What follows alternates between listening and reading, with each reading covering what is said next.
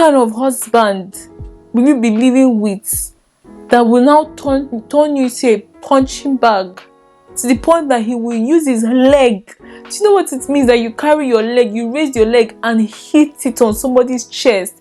Probably she was lying down as they were fighting, he was beating her, she was lying down, then he carried his leg and was stabbing her on the chest to the ground so many times that she probably went unconscious and then rushed her to the hospital, and then this happened. If the woman would have mind, like the man would tell her, oh, don't go for this thing or don't do this, and she will still do it, she was absolutely disobeying him, then it's obvious that she was not even happy with the man. It's obvious that she was not in that place where she's like, oh, I love this man, oh, I'm praying for. How do you pray for someone and still disobey the person?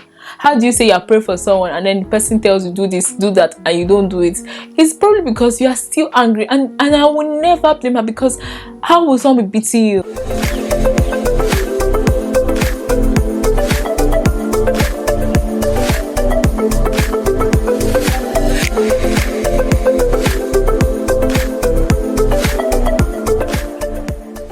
Hello everybody, welcome back again to my channel. If this is the first time that you're joining, I want to say a very big welcome. My name is Oma, and in today's video I'm going to be talking about this very sad thing that just recently happened. I know that some of you have already seen it online. It has been going viral everywhere. Back in Nigeria, I used to be in choir, and then there's this group that I'm in. It's like this whole alumni choir departments from that church. And then they were just like advising us to always be praying, make sure we check our health. And someone has sent this whole message about Mrs. Osinachi, how she died from throat cancer. I was already telling myself, this woman that can sing, how God had used her to bless a lot of people, and then devil just want to attack her voice because the devil is attacking her throat. That's all I was thinking. Unknown to me that no, this woman did not die from throat cancer. This woman actually died from domestic abuse back at home. It was actually her husband who killed her. Every time this whole domestic violence thing keep occurring, it's becoming so rampant. It's becoming something that is always happening, and people are not taking this in serious. People are not leaving this marriage. They see that, oh, their spouse is beating them or doing something harmful to them, and you can see that people are still in that marriage. People are still staying in that marriage, staying in that relationship. I want to understand that as someone who is married, you've built a life with your partner. It's not easy. It's not easy for you to leave that marriage. A marriage of how long? Because when you're getting married to someone, that person becomes your family. You are leaving your family and you're going to make a new family with someone. It's not easy to just abandon your family. It's not easy to just leave your family. So sometimes I want to understand the reason why a lot of women, a lot of people who go through this whole domestic violence situation, as much as we talk about it, as much as they are even seeing online how people are dying from this thing, there is still this whole, I will stay in this marriage. I will stay in this marriage. I will stay in this marriage, for better for worse. No matter what happened, I will stay in this marriage. They see this whole mindset of, oh, I must stay in this marriage. I will pray. I will make it work. It's so funny that even her pastor, Mrs. Osinachi's pastor, did not know what was going on in her home. The pastor did not know what was going on in her home. And it's not as if, no, maybe the pastor would have any solution for her. But I'm sure she probably thought that if she told her pastor what she was going through in her home, the pastor will be like, oh, obey your husband. And if he's telling you not to go for ministration or not to go for all these things, it's better for you to obey your husband. I come from church like this where they always tell women, you need to submit to your husband. Anything your husband wants, you need to submit to your husband. And she probably knew that if she go and tell her pastor will tell her, you need to submit to your husband. You need to do everything that he wants, even though he tells you not to go to church. Because he's your husband, you need to obey him. That is the kind of church I come from. Like, they just make you know that you have to submit. You know, And she's a minister, she's actually a minister. She might not want to like abandon her administration and everything. Looking at what people were talking about that the husband was doing, you could see that he's controlling her, controlling her of, oh, not to go for this ministration or not to go for this or anything that had to do with ministry. He was just trying to control her about it. And it doesn't make any sense. Somebody who is supposed to see you as, this diamond, this gold, that the person is supposed to take care of you and ensure that you fulfill God's calling. It's not the one that is destroying you until the point that he kills you. The family have not come to say anything. No one has really come to confirm all these things, all this speculation that is going on online.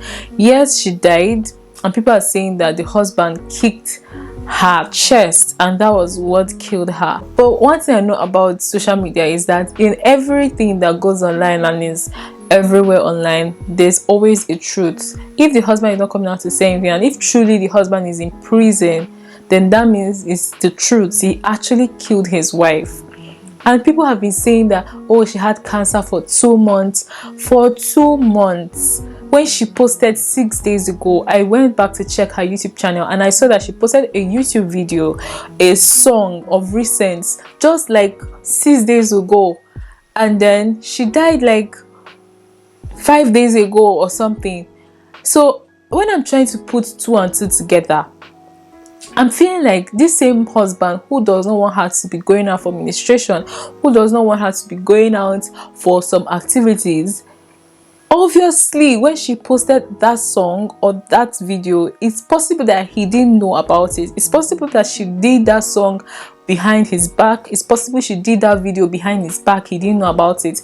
And maybe he saw it on YouTube and they had gotten into this argument and gotten into this fight, and he did what he did to her, unknowing to him that maybe what he was doing to her was going to kill her. Sometimes people that always beat their spouse, all these men that feel like I have so much strength, they beat this woman. They forget that women are very soft and delicate. Any little thing that you do to a woman can really affect her. Then you are beating this woman and what were you thinking? Like she's a punching bag? You think she's a punching bag?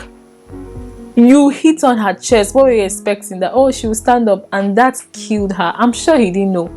He didn't know that what he was doing to her was going to kill her. That's why we advise women going through this whole domestic violence, leave this marriage. If you say yes, you want to pray, you don't need to pray in the same house with him. You can pack your things, go to your parents' house, or go to a hotel, go somewhere while you are praying, not in the house where this man is beating you. That is not wisdom. And I'm 100% sure that there is no pastor that would advise you to stay in a home where your husband is beating you. Any pastor that will tell you that is very, very wicked. The person does not, that pastor probably does not like you. There's no pastor that you are seeing that my husband is beating me in Redeemed Church. As much as they don't like divorce, I know for sure that if you tell them that, oh, this man is always beating me and everything, they might allow you to leave that marriage. They might allow you to divorce that man. As I'm coming from Redeem, and I know that there's nothing like divorce. Like even as a minister, as a pastor, if you divorce your wife, just know you cannot pastor anymore. Like that's how serious they take divorce. Like if you divorce your spouse as a pastor, you cannot be a pastor again in Redeemed Church. And even if you are still a pastor, you can't marry again. Like that's the rule, right? I don't know about if you divorce whether you can still be a pastor, but I know that even if you divorce and you are still a pastor, you are not allowed to marry another person. So a lot of times these are things that people struggle with. But I just feel like, parents, people should actually encourage people that if you're going through any form of violence or any form of domestic violence, it's okay to leave and save your life. Save your life first. Your life first before any other thing, before this whole ministration that you are probably doing, before anything. Your life first. Like nobody even knew what this man was probably going through in that house. Everybody now coming to talk about these whole things just because now we've heard that the woman is dead. Like there are so many people who probably have died from domestic violence and nobody even knew the cause. It's even because, probably because this woman was always talking about it. As much as she was keeping it from people, but she was talking about it. She was talking about it with friends. You know that kind of thing. When you're going through something, you always want to talk.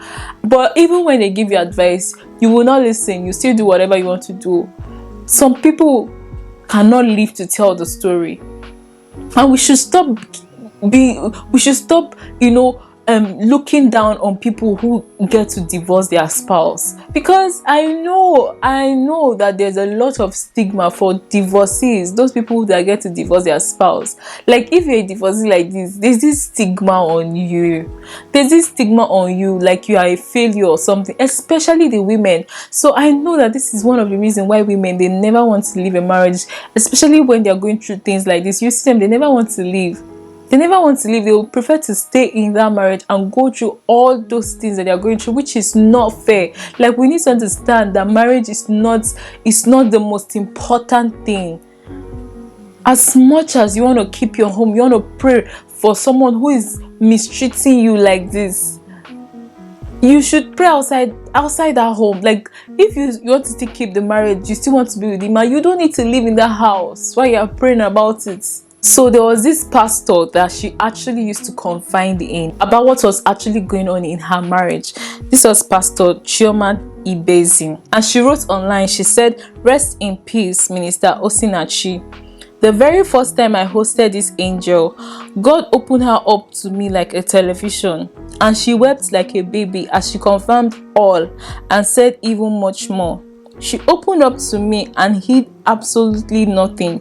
She confided in me even till last week. I just don't want to talk. She died prematurely.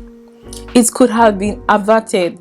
The wickedness was so much. She died in silence. She decided to endure the abuse, the pain, and now death.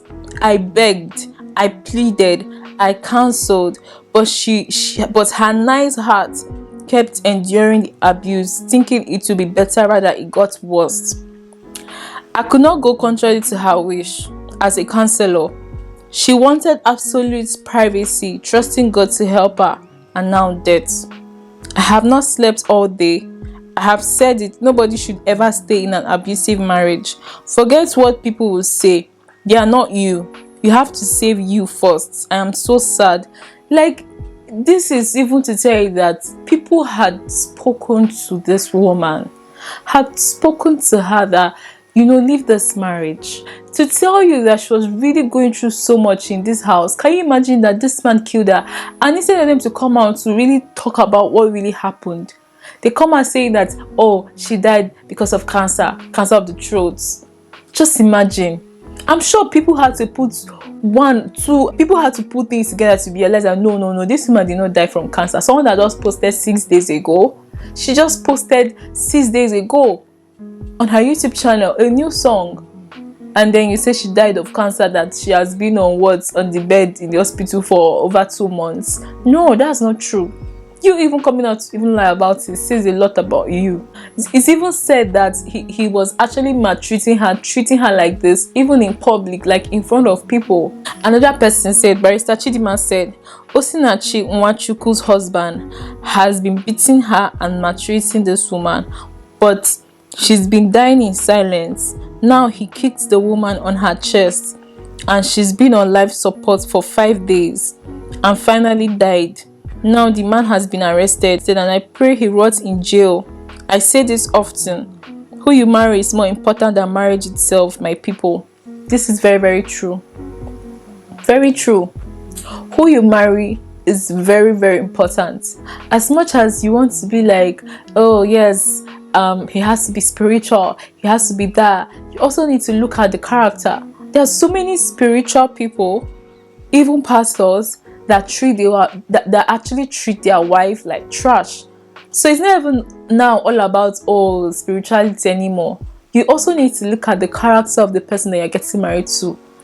Yes, you need to look at the character. You're not just going to look at the fact that this person can pray, this person is a pastor. That's not the only thing you look out for in somebody. You have to look at the character. How does the person treat you? It's funny that some people who will treat you bad will meet another person and treat that person very well.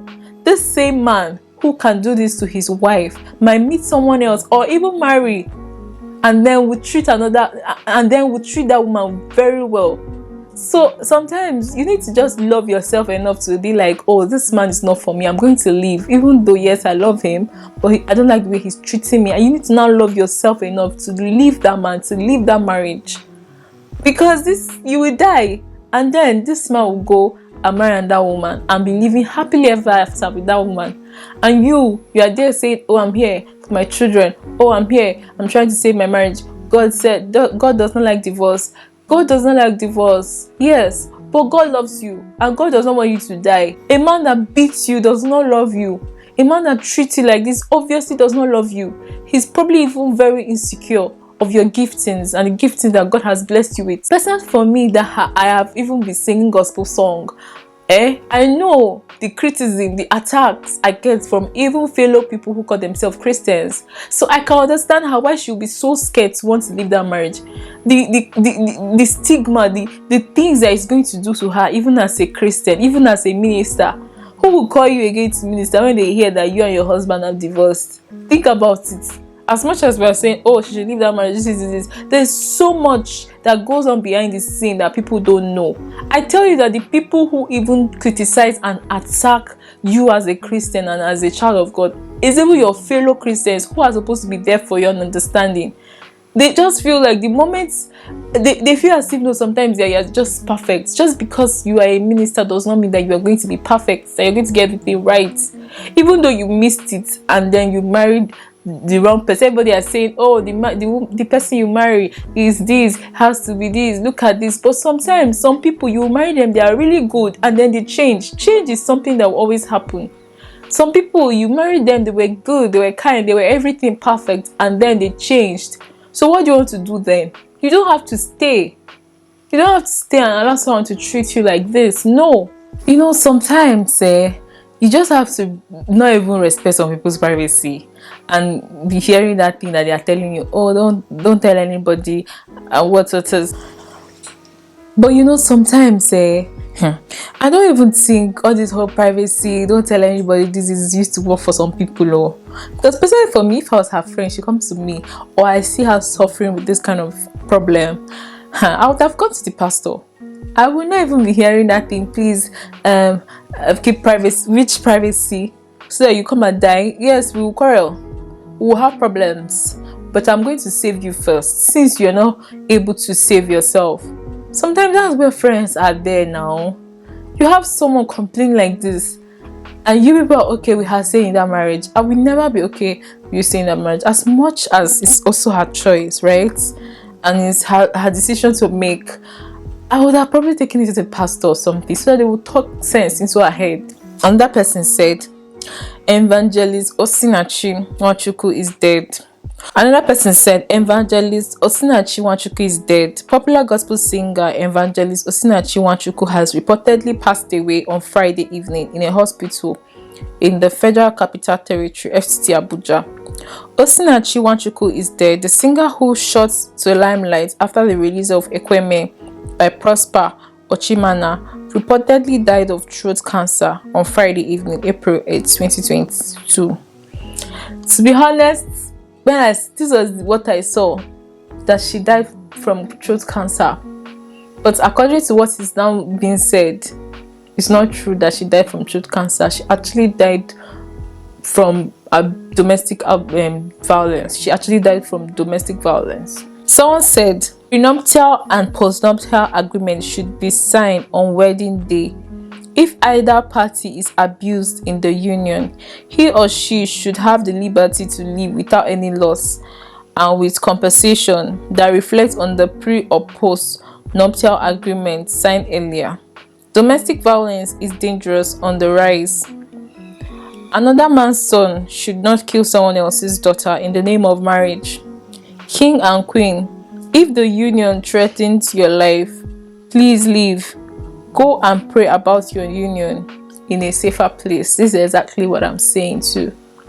If you are married to someone now, and then you being with this person is threatening your life, please, as much as you want to pray for the person, go and pray outside. Go and pray someone else. Don't pray while you are being having blue face up and down. Somebody is just giving you mark. Why would you put yourself in that kind of position? It was even said that sometimes the man will actually give his children cane to be beating her. What kind of insult is that? What kind of husband does that? That's a monster. It's not a husband. I don't know whether it's just love or fear of what people are going to say. Honestly, this is something that I feel like people should create awareness for women, even men, because they are meant to going through domestic violence. This is not just a one-way thing. This is a two-way thing. If not because she has opened her mouth to tell people about it, there are some women that never tell anybody what they are going through. There are some women that never talk to people about what they are going through. They just keep it in, and they just feel like maybe if they tell their friends or if they tell anybody, they will be criticized. Or you know how people are, like, you know, human beings are wicked. Like when you are not telling them some things that you are struggling with, somehow it gives them this whole joy and happiness that, thank God, I thought I'm the only one that is going through stuff. And then there's some women that will be keeping this thing. They will not even open their mouths. And so many women have died from domestic violence, and then their husband will probably come and say, oh, this is what happened, or that is what happened, not even telling people the real truth of what the woman was actually going through in that relationship, in that marriage. I must tell you, people are suffering.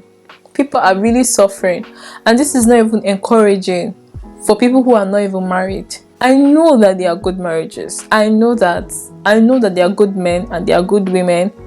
And I know that there are men who treat their wives well. People that are having the best marriages, they don't even talk about it. Or do they even come out? The fact that you can actually see people coming out and talking, and the fact that you can see now that when the man has done something to his wife and he's been put in prison, it tells you that you as a woman, you have worth. You are priceless. You are worthy. Don't let a man who paid bride price now be treating like trash. Bride price does not mean that, oh, okay, you don't have mouth anymore, that you don't know what is right for yourself. As much as, yes, you need to respect your husband, you need to honor your husband should also know how to treat you. And yes, quarrel happen in marriages. People quarrel, people have misunderstanding, but it doesn't mean now that you now become a punching bag for your husband. You're not a punching bag. You're a human being. You're a human being. You're not a child. It's a child that you're trying to train. Someone who is already matured. You are not training that person. It's not beating them that you are going to use to train them. You even make them do those things that you don't want them to do. You don't train an adult by beating them. And most of those men that you find that actually beat their wives and treat their wives like this, you realize that they are going through so much insecurity. They are going through so much insecurity. They probably don't know their own words. They don't like themselves. And then the best way they want to, the best way they want to like show that, oh yes, I have words and everything, is to now start treating their wives like trash. This is so sad. Very, very sad. A woman who is so gifted, a woman who is so talented, a woman who has blessed a lot of lives.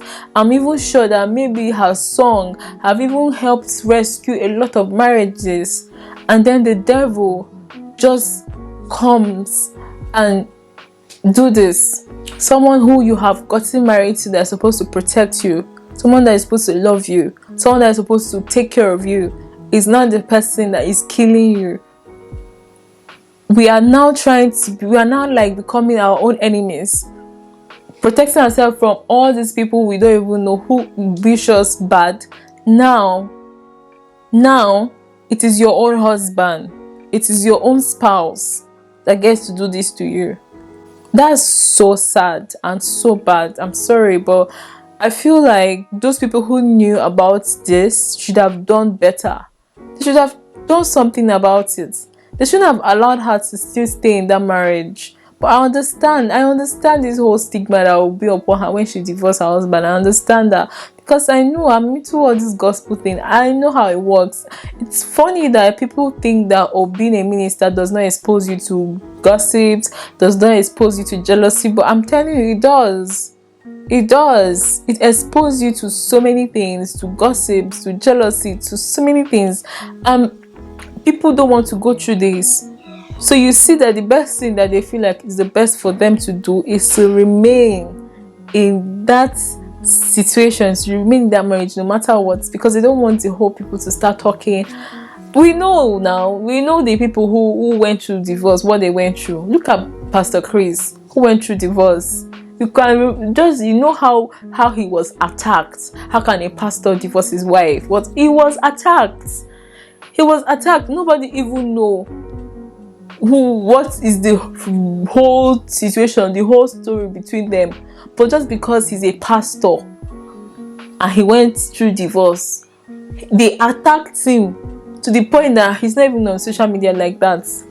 So ministers are always attacked, especially when they are not seen to be the perfect one. They are human beings. Just because they are ministers does not mean they're not human beings. We need to understand that someone who comes out to say, oh, I want to take the leadership position to talk about God, to preach about God, to sing, not come and be looking at this person that this person is God. Nobody is God. You should not have just seen this woman going through what she's going through and think that, oh, okay, she can be able to handle herself because she's a minister. Okay, she can handle it. She can pray to God. God will answer her. What kind of God will answer you? That someone is killing you, someone is with knife stabbing you, and they're saying, God, please help me with this. First, remove the knife, run away, do something, take care of yourself. You're not going to be praying. Sometimes we Christians, how do we even think? Sometimes it's almost as it's so painful. We just used to want to put everything in God's hands, like, oh, God will just be the one to do everything. Sometimes some things God wants us to do them ourselves. Somebody come and tell you something like that the person is going through. You can be the God in that person's life to talk the person out of whatever that is going on in their head, to help that person. Even the ministers, they need help. They need prayers. They need advice. They are not perfect. They are human beings. They are human beings, for crying out loud. What kind of husband will you be living with that will now turn you to a punching bag? To the point that he will use his leg. Do you know what it means? That you carry your leg, you raise your leg and hit it on somebody's chest. Probably she was lying down. As they were fighting, he was beating her. She was lying down. Then he carried his leg and was stabbing her on the chest to the ground. So many times that she probably went unconscious and they rushed her to the hospital, and then this happened. She's not that young. There are so many women who are married that they are going through this divorce. They are not young. That somebody will punch you, you think that you'll be fine. Even one slap, even one beating, you should start looking at that person with second eye. You don't get respect by inflicting pain on someone else. That's not how to get respect. By beating your own wife, that's not the best way to get respect. I know so many people that feel like they want people to respect them, that they become witches, wizards. They start treating people like trash. They want respect, and that respect that they want, they start treating people like trash. That is not the best way to get respect from people. I'm sorry. And your children are looking at you. That's why a lot of children who grew up like in pastor's home, you come out and you will say, this person will say, oh, my dad is a pastor, my mom is a pastor. And you look at this person and like, is it really this person? This person's dad is a pastor. Because the person is not acting like a pastor's child. And these are the things, because some of these ministers or these pastors, they come in public and show you like this perfect person, but at home there's someone else. There's something else that is going on in the house. And then you see some of these children, pastor kids, you see them acting really weird, and you're wondering, why is this person acting like that? Sometimes you need to go and check their home, where they are coming from, what they have seen, why they are acting the way they're acting. Anything that you want to teach your child, that child is going to learn from home. I feel like parents should start doing better, please. You should not even want to disrespect your spouse in front of your kids. You should not want to do that. You should not want to insult each other in front of your kids, because you want to train kids that will not be like that. How can you be beating your wife and you think that your own child, when that child grow up, get married, that child will not want to be beating his own wife? This is very wrong. Very, very wrong. It has been said many times that the husband did not want her to go minister, and then she will sneak out of the house to go and minister. And then the husband was in charge of all her social media accounts and everything. Probably was not even allowing this woman to blossom. It's so painful that you are supposed to see that God has brought both of you together so that you can help this woman in her calling. Don't people even see Ada Ehe? See how that husband used to help her in her calling. That is your calling, to help your wife. If you find that this woman is very gifted,